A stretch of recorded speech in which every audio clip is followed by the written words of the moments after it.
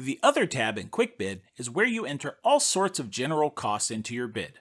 If the cost is unrelated to a condition, subcontractor, or equipment, it goes on the Other tab. Items entered from this tab are part of the Other section in your bid and are marked up by the percentages from the Other section of the Markups tab.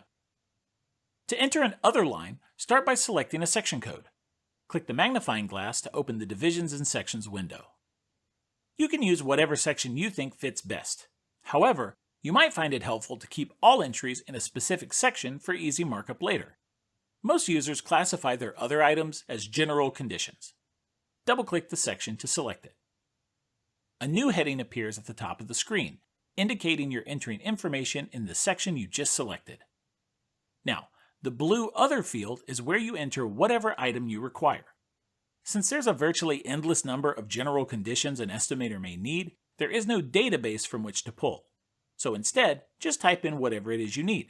For this example, let's enter Job Setup, but just know you can type in whatever title you'd like. The following two fields, Quantity and Unit, work together. The quantity is a multiplier for the unit. Is this a one-time charge, or will you charge it regularly? You decide what's best in your situation. Continuing with the Job Setup example, you only need to set the job up once. In the Unit field, click the magnifying glass to open the Containers window. All containers are in alphabetical order, so you can just scroll down the list until you find the one you want. If the unit you want isn't there, you can add a new container by clicking the New button on the right. Let's double-click on Lump Sum to select it. The next two fields, Multi and Area, allow you to assign quantities to a particular bid area or spread the quantity across multiple bid areas. You don't have to set your other costs to a bid area, just know that if you don't, other costs appear as unassigned. If that bothers you, go back to OST and add a new bid area for something like General Conditions. Then you can come back to the Other tab and assign the item to your new bid area. After assigning the other quantity to the relevant bid areas, you must enter the cost in the Other Rate field. The number you enter must be based on the Unit field to calculate correctly. If you charge by the hour, enter the hourly rate. Charge by the day, enter the daily rate. One-time charge, enter a lump sum price. In our example, we're charging a one-time fee for the job setup, so the correct entry would be the total charge. When you enter the cost and press Enter, the Other Total field automatically multiplies the other rate by the quantity. Next, you must enter a cost code. Every cost in QuickBid needs an associated cost code. Click the magnifying glass to see your choices. The cost code list window appears. Since you access the window from the Other tab, the list automatically filters to the Other type. You may already have a code you can use, or you can create a new code by clicking the New button on the right. Double-click the code you want to select it. You can always come back and change the code later. You can stop at this point for many standard other charges like this one. However, some other entries require labor in addition to, or instead of, just an other charge. For example, a project manager. So let's add a new line for this type of entry. You can continue to add new lines by pressing the Insert key on your keyboard, or by right-clicking and selecting New Other Entry from the context menu. Additional lines inherit the section from the previous line, so you don't need to enter it again unless you want to change it to a different section. Let's add our project manager to cover the entire length of the job.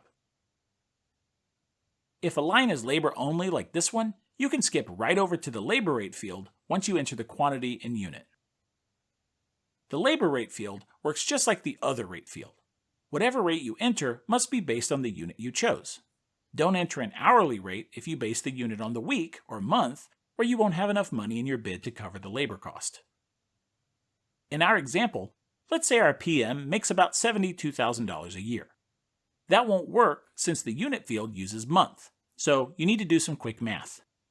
Dividing $72,000 a year by 12 months gets you $6,000. We can enter that monthly rate in the labor rate field. The labor total field automatically multiplies the labor rate by the quantity. Now, just like before, you need to associate this total with a cost code. Click the magnifying glass in the labor cost code field to open the cost code list again. This time the window filtered to the labor type.